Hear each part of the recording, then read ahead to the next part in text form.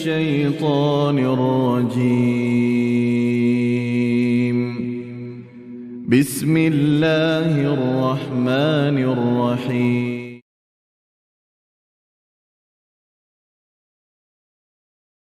Assalamualaikum warahmatullahi wabarakatuh. Alhamdulillahi rabbil alamin wa bihi nasta'in ala umurid dunya waddin. Asyhadu an la ilaha illallah wahdahu la syarikalah wa asyhadu anna Muhammadan abduhu wa rasuluhu la nabiyya ba'dah. Allahumma salli wa sallim wa barik ala Muhammad wa ala alihi wa sahbihi ajmain. Innamal mu'minuna alladzina idza dzukirallahu wajilat qulubuhum wa idza tuliyat 'alaihim ayatuhu zadatuhum imana wa ala rabbihim yatawakkalun. Amma ba'du. Bapak Ibu jamaah subuh rahimakumullah, mari senantiasa kita bersyukur kehadirat Allah Subhanahu wa taala. Alhamdulillah, pagi ini kembali hadir kita di rumah Allah. Takarub ilallah, salat subuh berjamaah, langsung kita taklim subuh. Alhamdulillah, sampai hari ini kita masih diberi kekuatan iman dan Islam. Ini sebuah anugerah Bapak Ibu. Nikmat yang terbesar yang kita miliki saat ini, termasuk salah satunya kesehatan, iman dan Islam. Nikmat iman dan Islam ini adalah nikmat yang terbesar sebenarnya. Banyak orang di muka bumi ini tidak mendapatkan karunia atau nikmat iman dan Islam itu.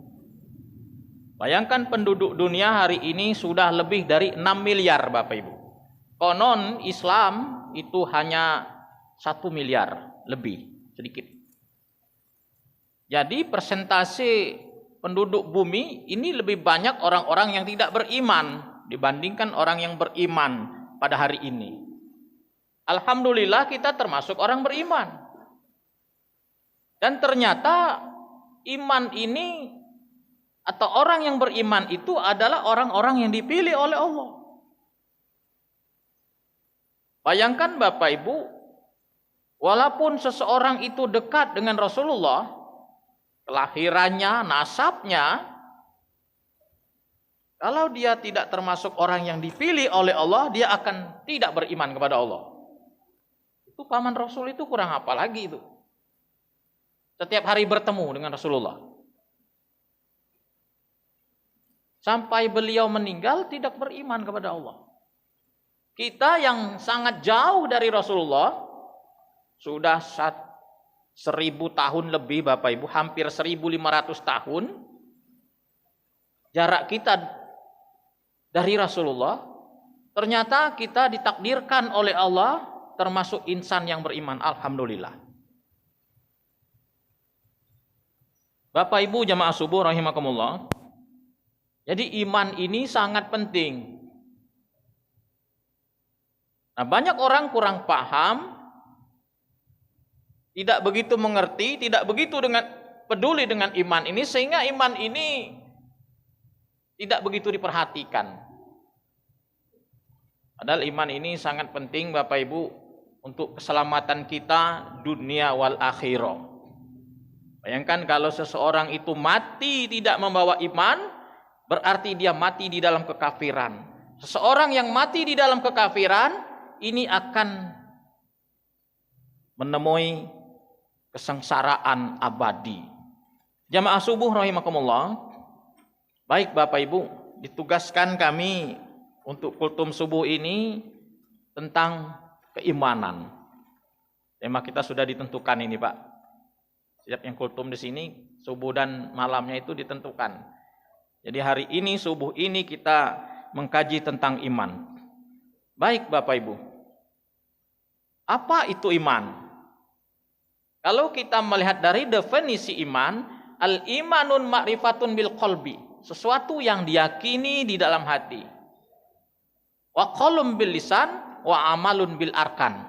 Nah, itu definisi iman. Jadi sesuatu yang diyakini di dalam hati ini termasuk salah satunya kerangka keimanan.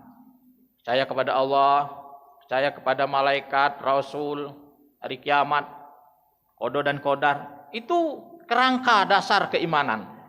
Itu harus dipercayai. Wa qaulun bil lisan. Nah, iman itu harus diikrarkan. Diucapkan.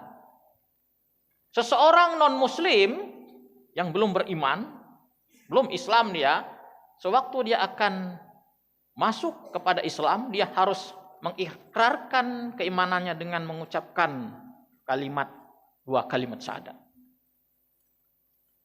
Kalau dia sudah mengucapkan dan mengikrarkannya itu, dia sudah beriman. Sudah mengibarkan bendera keimanan. Asyhadu alla ilaha illallah wa asyhadu anna Muhammadar Rasulullah. Itu yang pertama. Karena iman ini Bapak Ibu mempunyai, sama seperti pohon dia, banyak cabang, sampai 70 lebih. Kalau kita lihat di dalam riwayat hadis, sampai 77 cabang. Yang paling tinggi itu adalah la ilaha illallah. Yang paling bawah cabangnya itu adalah membuang duri dari jalan, membuang gangguan-gangguan dari jalan. Dan separuh dari keimanan itu adalah malu. Termasuk kebersihan. Bapak Ibu yang saya hormati, takrif iman, yakin, diucapkan, dan diamalkan. Dilakukan dengan perbuatan. Jadi sejalan dia Bapak Ibu. Pertama, iman itu adalah keyakinan, dia diucapkan, dan kemudian dia diwujudkan dalam amal soleh. Hingga di dalam Al-Quran surah Al-Asr, wal asri innal insana lafi khusr illa ladina amanu wa amilus solihat. Iman itu diikuti dengan amilus solihat, amal soleh. Kalau kita hanya pengakuan saja, belum beramal soleh, itu iman yang hampa. Beramal soleh saja tanpa iman itu sia-sia Bapak Ibu. Banyak orang di dunia ini dia beramal, amalnya amal soleh, tapi tidak beriman, itu sia-sia. Dan banyak juga hari ini dia beriman tapi tidak beramal soleh, itu hampa, tidak ada arti. Baik Bapak Ibu jamaah subuh rahimakumullah, kita akan mengangkat tentang penguatan iman. Ini kan dari jauh Rasulullah sudah ingatkan. Waktu Rasulullah masih hidup, jadidu imanakum, perkuat iman kamu, perbaharui iman kamu. Sahabat bertanya, ya Rasulullah, kaifa nujaddidu imanana? Bagaimana kami menguatkan iman kami ini ya Rasul? Kemudian Rasul menjawab, fa'aktiru biqauli la ilaha illallah. Perbanyak mengucapkan kalimat la ilaha illallah. Jadi puncaknya memang kalimat la ilaha illallah. Bapak Ibu yang saya hormati, orang hari ini banyak yang imannya lemah. Sedikit iman orang hari ini yang kuat Bapak Ibu. Sedikit. Kalau iman kita kuat hari ini alhamdulillah. Itu termasuk yang langka Bapak Ibu. Nah, kalau kita melihat karakteristik keimanan, iman itu tidak tetap dia, tapi bisa tetap. Karakter keimanan itu dia berubah-ubah. Dia kadang naik, kadang turun. Yazidu wa yanqus. Bisa bertambah, bisa berkurang, bisa kuat, bisa lemah. Yazidu bitta'ah wa yanqus bil maksiyah. Dia akan bertambah dengan ketaatan. Dan akan berkurang dia kalau seseorang itu melakukan kemaksiatan atau dosa. Jadi karakter iman itu bisa naik, bisa turun. Sekarang ini menjadi masalah bagaimana iman kita ini agar bisa stabil, agar iman kita menguat, agar iman kita tidak melemah. Mungkin tanpa kita sadari, satu ketika iman kita lemah, sehingga kita malas ke masjid Bapak Ibu. Ada banyak indikasi iman seseorang itu lemah. Ini bisa kita renungkan apakah iman kita ini lemah atau kuat. Di saat kita malas menuju masjid, itu iman kita sedang lemah. Udah saja, Pak. Tapi di saat kita terfikir kepada masjid, kemudian di saat waktu sholat kita teringat kepada masjid dan menuju kepada masjid untuk sholat 5 waktu, itu indikasi iman kita sedang kuat. Di banyak tempat Bapak Ibu, sholat 5 waktu, apalagi subuh, Pak. Coba Bapak Ibu kalau safari subuh, ndak di sini, ndak di kampung, Dazul, sama. Tapi alhamdulillah di beberapa tempat di Lubuk Linggau ini, subuhnya termasuk rami. Termasuk Masjid Raya ini, kadang 3 saf itu subuh. Masjid Taman Islam juga rami, Pak, alhamdulillah. Bukan Ramadan saja. Tapi di tempat lain, kalau kita rata-ratakan sama Bapak Ibu. Diambil rata-rata, kalau sholat subuh itu sepi, Pak. Coba Bapak Ibu pergi ke Pucuk. Pucuk itu daerah arah ke Watas, kemudian pergi juga ke arah Ilir, sampai ke daerah Megang Ujung, sampai ke daerah Kupang gitu, Pak. Coba lihat jamaah subuhnya. Dikit Bapak Ibu. Yang banyak sholat ini, kalau nak nengoknya, lihat sholat Jumat. Nah, itu rata-rata masjid penuh. Masjid dalam kota, luar kota, pinggir kota penuh, Pak. Itulah kata Buya Hamka, kalau ingin melihat umat Islam yang asli, yang beriman, lihatlah ketika sholat subuh, Bapak Ibu. Nah, itulah. Bapak Ibu jamaah subuh rahimakumullah, banyak hal-hal yang bisa menurunkan dan melemahkan iman. Banyak Bapak Ibu kalau ingin kita sebutkan. Di antaranya yang bisa melemahkan iman adalah terlalu sibuk dengan urusan dunia. Ini bisa melemahkan iman. Urusan dunia ini tidak pernah selesai Bapak Ibu. Walaupun urusan dunia itu untuk kepentingan orang banyak, untuk kepentingan umat. Tapi kalau dia melalaikan dari Allah, ini akan melemahkan keimanan. Tidak sedikit orang yang membangun negara ini melalaikan sholat 5 waktu. Banyak, Pak. Ini Ustaz Malimat sibuk ngajar, azan lewat mungkin. Sholatnya tidak tepat waktu. Ini melemahkan iman. Walaupun satu sisi dia adalah bisa dinilai ibadah. Tapi ibadah mahdoh, dia langgar itu, ini akan melemahkan keimanan. Saya sering lihat seseorang itu menjadi aktivis dia, Pak. Aktif untuk mungkin kemanusiaan. Tapi di saat sholat 5 waktu menjadi masbuk berkepanjangan. Banyak orang seperti itu. Kalau sudah jadi masbuk langganan tetap itu kan itu perlu koreksi kembali. Mengapa kita menjadi masbuk tetap? Mengapa kita tidak 5 waktu ke masjid? Ini harus kita koreksi. Berarti iman kita sedang lemah. Orang-orang yang memakmurkan masjid, Bapak Ibu, 5 waktu, ini termasuk orang pilihan sebenarnya. Termasuk orang pilihan. Saya sholat di kampung, Pak. Di kampung kita, di Koto Gadang, Bapak Ibu. Ini ada saudara kami dari kampung ini, Pak. Sholat subuh. Masjid Takwa itu dikit juga. Ada 1 saf. Ibu-ibunya 1 saf. Sudah banyak. Alhamdulillah. Masjidnya juga sudah bagus hari ini. Sudah megah. Tinggal lagi bagaimana agar memakmurkan masjid itu. Membanyakkan jamaahnya. Membangun jamaahnya. Kalau membangun masjid, mungkin untuk 1 tahun itu 2 tahun lah. Itu terlalu lama Bapak Ibu. Tapi membangun jamaah dalam waktu 1 tahun itu yang luar biasa. Tidak mudah Bapak Ibu bangun jamaah. Apalagi kita merekrut jamaah luar daerah. Di Taman Islam itu jamaah yang luar daerah, Pak. Hampir 1 saf itu, Pak. Kan besar juga itu Taman Islam. Itu bukan jamaah sekitar masjid. Jamaah dari Talangrejo, belakang Kodem, Lobo Aman, Bapak Ibu. Saperius. Dekat Diklat. Jauh itu. 5 waktunya ke Taman Islam. Berapa masjid itu? Jauh-jauh, Pak.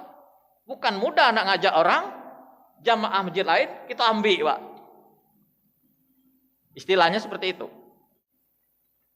Nah, Bapak Ibu yang saya hormati, terlalu sibuk dengan urusan dunia ini akan melemahkan keimanan. Lalai dari Allah akan melemahkan keimanan. Nah, bagaimana agar iman kita ini menguat? Ini yang harus kita pikirkan, Bapak Ibu. Pertama, untuk menguatkan keimanan dan menstabilkan keimanan adalah menjaga ketaatan kepada Allah. Ketaatan itu perlu dijaga agar iman kita stabil. Kalau bisa iman kita ini naik, Bapak Ibu. Iman kita bisa naik, step by step, terus naik. Bisa, Pak. Dan iman kita bisa turun. Bahkan bisa anjlok. Ada perbuatan yang mungkin mudarat. Taruhlah perbuatan yang mudarat ini, negatif ini tidak begitu besar dosanya. Tapi kalau terus menerus ini hampirnya nurun ya. Tapi kalau itu sebuah dosa besar, ini bukan nurunnya sedikit-sedikit, tapi itu anjlok. Langsung terjun bebas. Hati-hati dengan kemaksiatan. Kalau maksiat itu dosa besar. Kalau maksiat itu kesyirikan kepada Allah, itu iman bukan turun sedikit-sedikit, tapi iman itu terjun bebas, Bapak Ibu. Menjaga ketaatan ini penting. Ketaatan kepada Allah atau amal soleh itu banyak, terutama yang harus kita jaga ini sholat 5 waktu. Orang yang menjaga sholat 5 waktu akan dijaga oleh Allah. Termasuk keimanannya. Sholat subuh berjamaah. Itu ada jaminan dari Allah, Bapak Ibu. Dijamin oleh Allah. Bisa sholat sunnah subuh 2 rakaat. Itu akan mendapatkan dunia. Lebih. Dunia dan seisinya. Lebih lagi. Menjaga ketaatan ini penting juga. Jangan dianggap remeh sebuah ketaatan. Walaupun kecil, Bapak Ibu. Jangan meremehkan kemaksiatan walaupun kecil. Karena itu akan melemahkan keimanan. Jadi ketaatan ini bukan hanya sekedar kita sholat, tidak, tapi membaguskan ketaatan kita kepada Allah, memperbaiki ketaatan kita kepada Allah. Sholat umpama, kita sudah bisa sholat, Pak, tapi untuk penyempurnaan, kesempurnaan sholat lebih lanjut, ini perlu kajian. Bagaimana sujud yang benar, bagaimana ruku yang benar, bagaimana tumak nina. Saya sering mendapatkan orang yang umurnya sudah lanjut, tapi sholatnya belum juga benar. Ruku tidak pakai itidal, Allah Akbar, Allah manamidah. Langsung lagi Allah Akbar, seperti dia hanya gerak-gerak saja cepat. Saya sering ulang-ulang ini, Bapak Ibu. Ruku yang benar itu kan badannya ini lurus rata. Ini menyempurnakan ibadah. Ini akan berpengaruh juga kepada keimanan, termasuklah menyempurnakan wudu. Sujud umpama, banyak orang yang tidak benar. Saya sering juga dapatkan orang yang sujudnya ngawang-ngawang, Pak. Ngawang-ngawang itu dia tidak sujudnya, kepalanya ini tidak terkena sejadah. Ini sejadah, Pak. Ya, di sini dia sujudnya. Sujudnya di udara, ngawang-ngawang kalau saya katakan seperti itu. Nah, sujud yang benar itu bagaimana? Ini contoh sedikit. Kening kita ini kena dengan sejadah, termasuk hidung juga kena dengan sejadah. Kalau kening kita saja yang kena, itu sujudnya belum tepat, Pak. Banyak orang yang sujud hanya kening saja. Kan 7 anggota sujud itu. Bapak Ibu yang saya hormati, itu contoh. Memperbaiki ibadah bukan hanya sekedar menjaga ketaatan, tapi juga memperbaiki ketaatan kita kepada Allah. Sholat sunnahnya diperbaiki, diperbanyak. Menjaga sholat sunnah itu penting, Bapak Ibu. Orang yang bisa menjaga sholat sehari semalam 40 waktu, itu bisa stabil keimanannya. 40 waktu ini kan, sholat 5 waktu itu 17 rakaat. Bisa 40 rakaat itu hebat. Kemudian rawatibnya 12. 17 tambah 12, 29. Ditambah lagi sholat tahajud 11. Nah itu 29 tambah 11. 40 itu. Belum lagi kita setiap waktu datang ke masjid. Setiap ke masjid itu sholat tahiyatul masjid 2 kali, 2 rakaat, 5 kali ke masjid, 10, lah 50. Tambah sholat duha. Sholat duha paling dikit 2, boleh 4, Pak. Boleh 6. Paling sedikit 2. Udah berapa itu? Menjaga ketaatan ini akan meningkatkan keimanan kita kepada Allah. Meningkat iman kita, Pak. Coba Bapak Ibu kalau tidak percaya, datanglah terus 5 waktu ke masjid. Memang berat, Pak. Perjalanan yang paling berat dan terjauh itu mendatangi rumah Allah. Datang ke rumah Allah. Walaupun rumah kita samping masjid, mohon maaf Bapak Ibu. Saya pernah dulu sekolah, Pak, di Palembang, rumah di depan masjid betul, hanya jalan saja. Depannya rumah saya, ini masjid, jalan saya. 4 kos, 4 nyewa itu. Saya waktu itu masih jahiliyah, zaman jahiliyah, tidak ke masjid. Saya ke masjid hanya Jumat saja. Kalau dipikir, rugi berarti. Orang yang tahan dari jauh datang ke masjid.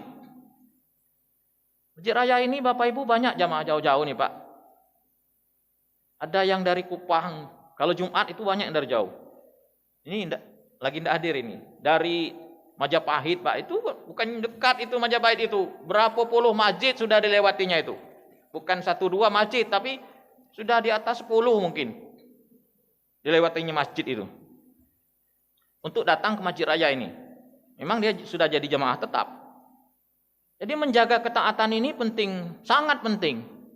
Sunah-sunah kita lakukan. Ini untuk menaikkan makom kita di hadapan Allah. Makom ini kedudukan kita Bapak Ibu. Kalau kita sering atau menjaga ketaatan, termasuk menjaga sholat tahajud, itu makom kita dinaikkan ke makom yang tidak ada orang sampai ke sana. Itu makom mahmudah. Termasuk kita 5 waktu ke masjid. Ini ada makom khusus, Pak. Orang yang 5 waktu ke masjid, ini makomnya luar biasa. Makomnya tinggi, Bapak Ibu. Karena dia memakmurkan rumah Allah.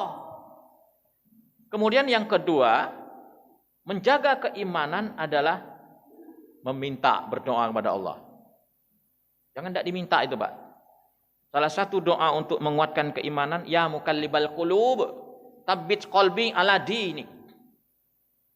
Wahai yang membolak-balikkan hati, kuatkan, tabbit qalbi, kuatkan, tetapkan hati kami, tabbit hati aku kepada agamamu.